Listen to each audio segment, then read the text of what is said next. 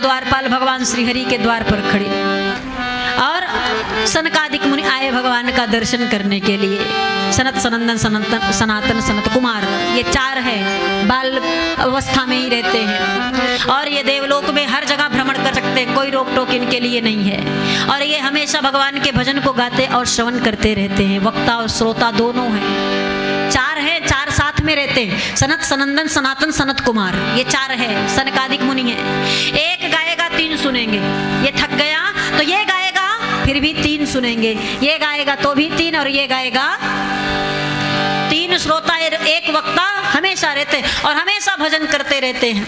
ये बैकुंठ आए क्षीर सागर भगवान का दर्शन करने के लिए और जय और विजय को अभिमान था इस बात का कि हम तो बैकुंठ के भगवान श्री हरि के द्वारपाल हैं, हम बैकुंठ में रहते हैं और श्री हरि के द्वारपाल हैं, हमसे ज्यादा बड़भागी कौन होगा। सौभाग्य धारण करिए, अच्छी बात है, लेकिन उस सौभाग्य का अहंकार नहीं।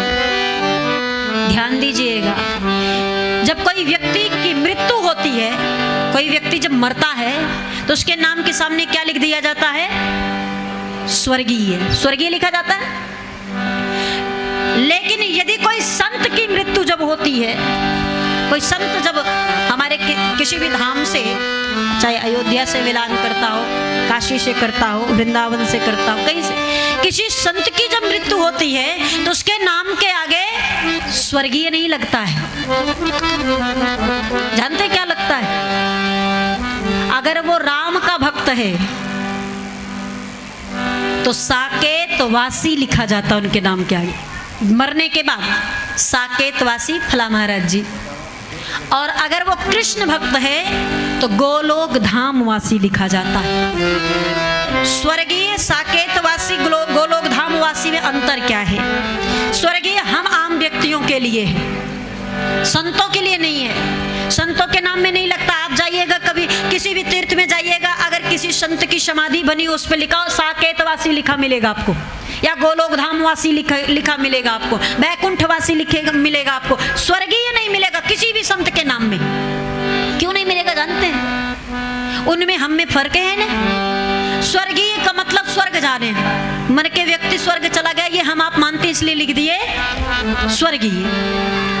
और संत की मृत्यु के बाद संतों का मानना है कि संत जब मरता है, कीर्तन करने वाला जब मरता है, भजन करने वाला जब मरता है, भगवान को भजने वाला जब मरता है, सांसारिक विषयों से परे होकर विरक्त धारण करने वाला जब मरता है तो उसके नाम में साकेतवासी गोलोक धामवासी लिखा जाता है। अब ध्यान दीजिए क्यों लिखा जाता है? स्वर्ग जाने वाला फिर आएगा, स्वर्ग में मुक्ति नहीं मिलती, ध्यान रखिएगा। स्वर्ग में मोक्ष नहीं है, मुक्ति नहीं है। स्वर्ग में जाने का मतलब क्या हुआ जानते हैं? जैसे मकान किराए का आपने ले लिया, जब तक किराया दिया तब तक मकान में रहे, किराया खत्म तो मकान के बाहर। ऐसे ही जब तक जीवन का पुण्य रहेगा तब तक स्वर्ग में रहोगे, पुण्य खत्म हुआ तो फिर फेंक दिए जाओगे। क्या बना के फेंके जाओगे वो आपका कर्म जाने। कोई भी 84 लाख प्रकार की योनि होती है, कीड़े मकोड़े चिड़िया जीव जंतु मनुष्य, अब वो तो अपने कर्म पर है। स्वर्ग में रहने की अवधि होती है कि हाँ जब तक इतना पुण्य आप किए हो, इतने पुण्य के बाद तक, इतने पुण्य तक आप यहाँ रह सकते हो। जिस दिन खत्म उस दिन कुछ ना कुछ बना के भगवान फिर भेज देंगे। ये स्वर्गीय की व्यवस्था है। लेकिन साकेत वासियों की व्यवस्था ये नहीं है। साकेत वासियों की व्यवस्था, संतों की व्यवस्था कि एक बार शरीर छूटा, प्राणांत हुआ, साकेत गए तो साकेत जाने के बाद कोई लौट कर नहीं आता है, वो भगवान की चाकरी में लग जाता है महाराज। इसलिए वो साकेतवासी जो पहले इस संसार में रहकर संसार को छोड़ चुके हैं, उन्हें भगवान संसार में क्यों भेजेंगे? आप विचार करिए। इस संसार में रह करके वो पति को पत्नी को छोड़ दिए, परिवार को छोड़ दिए, माता पिता को छोड़ दिए, पुत्र को छोड़ दिए, घर बार छोड़ दिए, वस्त्र सुंदर सुंदर पहनना छोड़ दिए, सुंदर भोजन पाना छोड़ दिए, सुंदर जीवन जीना छोड़ दिए। बस किसी गुफा में छुप कर बैठे, किसी कंदरा में छुप कर बैठे, किसी पहाड़ पर बैठे और न कंघी कर रहे हैं, न श्रृंगार कर रहे हैं, कुछ भी नहीं, सिर्फ राम राम राम राम राम राम राम राम रट रहे हैं। जो यहाँ जीते जी सब कुछ छोड़कर बैठ गया, उसे दोबारा यहाँ भेजकर भगवान क्या करेंगे? आप विचार करिए। वो माया से तो परे यहीं रहकर हो गया, यहाँ रह करके वो इस संसार से मर गया। कोई भी सन्यासी जब बालक सन्यास लेने के लिए घर छोड़ता है ना, तो घर बताकर नहीं छोड़ता कि मैं सन्यासी बनने जा, चुपके से निकल जाता जब विरक्ति मन में आती। बहुत सारे संत ऐसे हैं हमारा, जिनकी जीवनी पढ़ोगे आप तो जीवनी में यही पता चलता है कि घर वाले ढूंढते रह गए, गायब हो गया, पता नहीं चला कहाँ गए। अगर किसी कारण से ख्याति बढ़ गई तो लोगों को पता चलेगा, हाँ हाँ हमारा बालक है, इतने साल बाद मिला। नहीं बढ़ी तो किसी गुफा में रहते रहते भसते भसते मर गए वहीं पे, किसी को नहीं पता चला कहाँ गए। ये बता के नहीं जाते हैं। सन्यासी बनने वाले, सन्यास धारण करने वाले निकल गए चुपचाप, अंधेरी रात में, किसी से कोई मतलब नहीं, कोई कुछ बताना जताना नहीं, चुपचाप चले गए महाराज। सबसे विरक्ति ले लिए, सब कुछ छोड़ करके चुपचाप पड़े हैं, राम राम गा रहे हैं। तो लोग क्या करते हैं, 10 दिन 20 दिन 50 दिन 1 महीना 2 महीना 4 महीना 2 4 10 साल, इससे ज्यादा थोड़ी कोई इंतजार करेगा किसी का। तो उनको मरा घोषित कर देते हैं। मरा है कि नहीं पता तो नहीं है, लेकिन उनको लगता है कि मर गए, तभी तो कोई सूचना नहीं मिल रही, तभी तो आना जाना नहीं हो रहा है, कोई चिट्ठी पत्री नहीं आया, कोई टेलीफोन नहीं आया।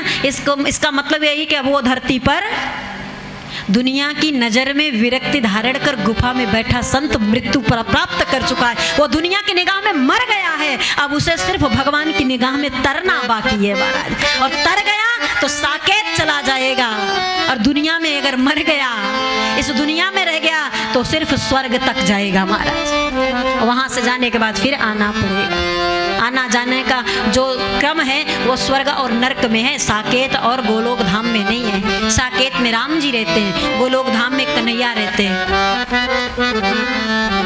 जिनके जो अनुयायी उन्हीं के पास चले जाते हैं। तो ये उपलब्धि उन्हें प्राप्त हुई है। अब इतना ज्यादा यज्ञ जप तप अनुष्ठान पूजा करने के बाद व्यक्ति साकेतवासी बनता है, और जय विजय फ्री में बन गए, मुफ्त में बैकुंठ निवासी बने। अहंकार हो गया, और इसी अहंकार ने सनकादिक मुनियों से श्रापित कर दिया, और श्राप में ये राक्षस बनकर धरती पर आने का श्राप प्राप्त कर लिया। जो कि वैकुंठ जाने वाला लौट कर वैकुंठ में रहने वाला धरती पर आता नहीं है, लेकिन श्राप के कारण आना पड़ा। जय विजय अहंकार के मद में इतना चूर हो गए कि उनको ये नहीं दिखाई दिया कि सामने संत कुमार खड़े हैं, सामने सनकादिक मुनि खड़े हैं। वो अपने अहंकार में भगवान के दर्शन को करने नहीं दिए। और अहंकार सिर्फ तामसी प्रवृत्ति के व्यक्तियों में होता है, जिसमें अहंकार वो तामसी है। ध्यान रखिएगा, किसी भी पद का अहंकार हो, किसी भी वस्तु का अहंकार हो, अगर अहंकार है तो आप समझ जाइए कि आपके अंदर अहंकार रूपी राक्षस निवास करता है। ये एक प्रकार का राक्षस है जो आपका विनाश कर देगा। ऐसा राक्षस अहंकार नाश कर दिया जय विजय का। श्राप मिल गया राक्षस बनकर धरती पर आने का। जय विजय 3 बार राक्षस बनने का श्राप मिला। पहले में हिरण्याक्ष और हिरण्यकश्यप बनकर के आए, दूसरे में कुंभकर्ण और रावण बनकर आए, और तीसरे में शिशुपाल और दंतवक्र बनकर आए। भगवान ने देखा, जय विजय का अहंकार टूटा, पैर पकड़ लिए भगवान का, भगवान हमें क्षमा कर दीजिए। हम बैकुंठ में रहकर कुंठा दिखाए, अहंकार दिखाए, उसका परिणाम कि हमको राक्षस बना दिया गया। प्रभु बचा लीजिए, हम राक्षस नहीं बनना चाहते हैं। भगवान ने कहा, प्रवृत्ति जब राक्षसों की करोगे तो राक्षस तो बनना पड़ेगा। लेकिन ठीक है, बड़ी सेवा किया है तुम लोगों ने, हमारी निस्वार्थ सेवा किया है, इसलिए चिंता ना करो, मैं स्वयं तुम्हें राक्षस योनि से मुक्त करने आऊंगा। अब हिरण्याक्ष हिरण्यकश्यप को वराह नरसिंह बनकर भगवान आए, तार कर ले गए। रावण कुंभकर्ण को भगवान राम बनकर आए, तार कर ले गए।